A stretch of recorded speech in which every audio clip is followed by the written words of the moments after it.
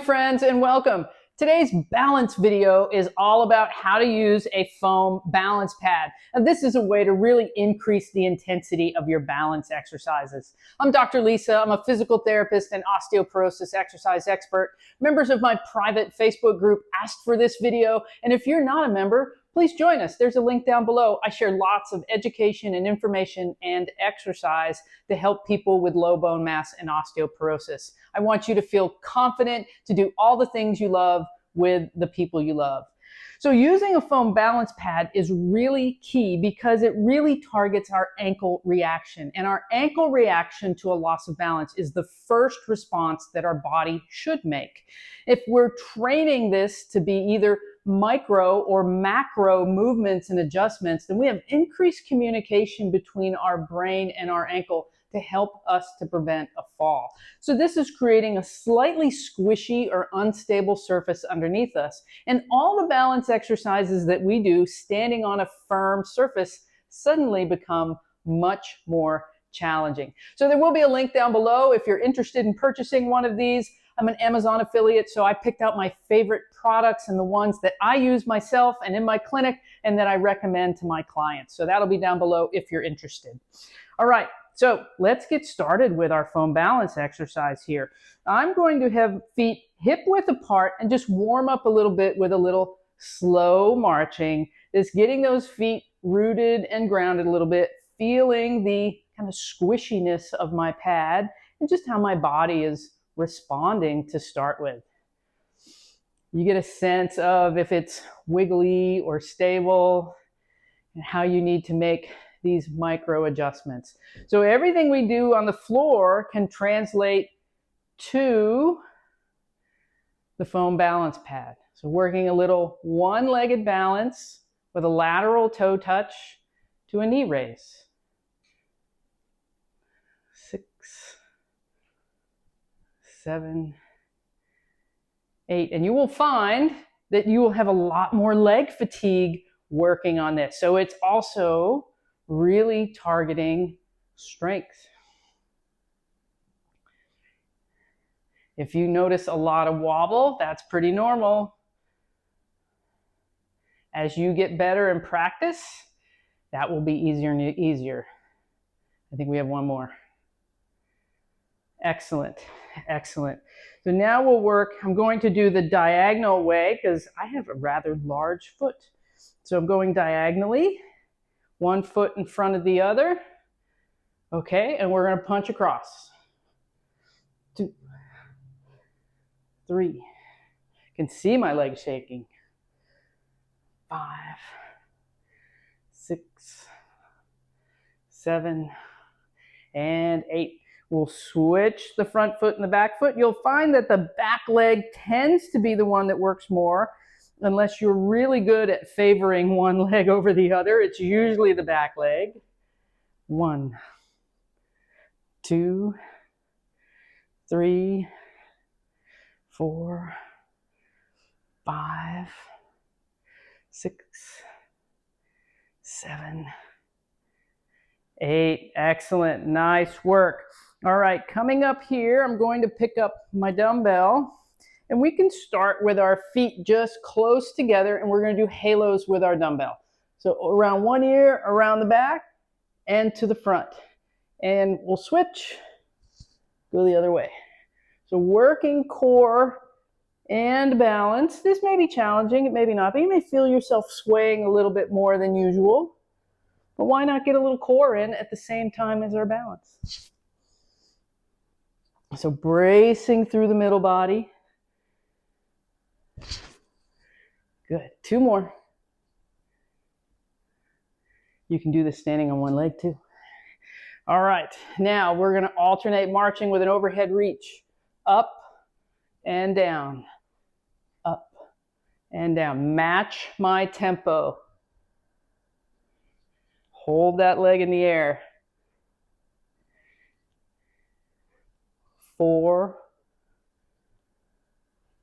5, going for 10, 6, good work you guys, 7, 8, 9, 10. Nice. Now you'll see that I looked down to see where my feet were, because when we're marching in place, more often than not, we're going to creep forward. So I see that in the clinic so many times. So you do just need to check your foot placement. Look down, make sure you're still kind of in the center of your balance pad. All right, let's go for some one-legged balance with a bicep curl. We're going for 8, 2, 3, 4, 5, 6, 7, 8. I don't know if you could see it, but I bet you could feel it. A lot of wobble and shake in the ankle. It takes a lot more control. And now we're doing dual tasking. We're doing 2 things, standing on one leg and doing a bicep curl. It really takes the level of balance up significantly. So finding that control and movement. 2, 3, 4, 5, 6, 7, 8. And you may say, Lisa, why do you have your hand out here? Well, that makes my balance better, actually. If my hand was here, it would be a little bit more challenging. If it was here, it might be more challenging. Here is just a little better. I'm giving myself a little bit of a balance stick out there. So changing hand position can make a huge difference. All right, moving into this kickstand position. So right foot forward, left toe just very lightly working as a kickstand behind me.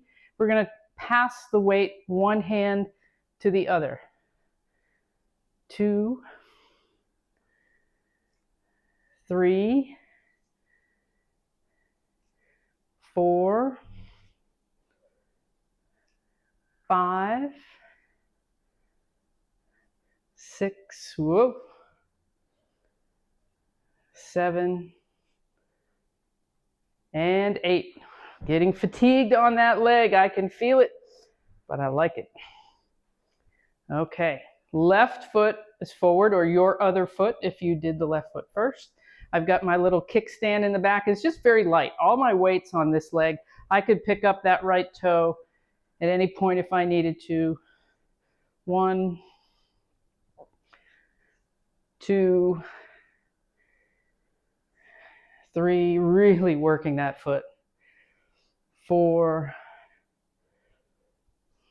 5, building strength. 6, 7, and 8. Excellent. You can set your weight down. All right, now lastly, we're going to do some forward and backward steps. So standing on one leg, hands on your hips, tap, and then tap in the back. Tap in the front, tap in the back. Here we go. We'll call this number 2. Number 3. We're going for 8 per side. 4. Leg is getting very fatigued. 5, 6, 7, whoop, and 8. Good. You may feel your arch really aching, your toes really gripping. Your whole body will be trying to help you maintain your balance. We get a lot of work in the foot with this pad. So we're going to do 8 on the other side. 1, 2, 3, 4, 5, 6, woo, 7, 8. I did say hands on your hips, and then I cheated when I put my left leg down because that's my weaker leg.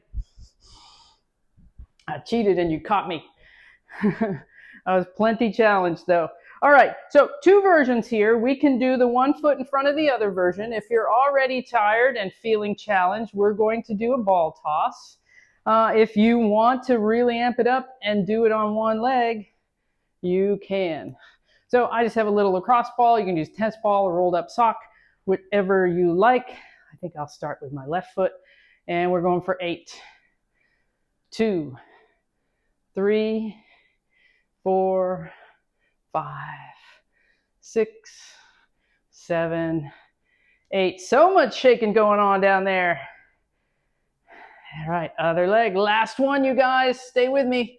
1, 2, 3, 4, 5, 8. Awesome sauce. If you're like me, you feel some fatigue down in your lower body, some fatigue in your ankles, your feet, your calves, and that is completely to be expected. I'm so proud of you for doing this. This is a challenging routine. It does get better. The more you practice it, the better it'll feel, and you're going to gain so much confidence in your balance. It's ridiculous. I just love it. Thanks for joining me. I'll see you next time, and check out all my other videos on YouTube as well.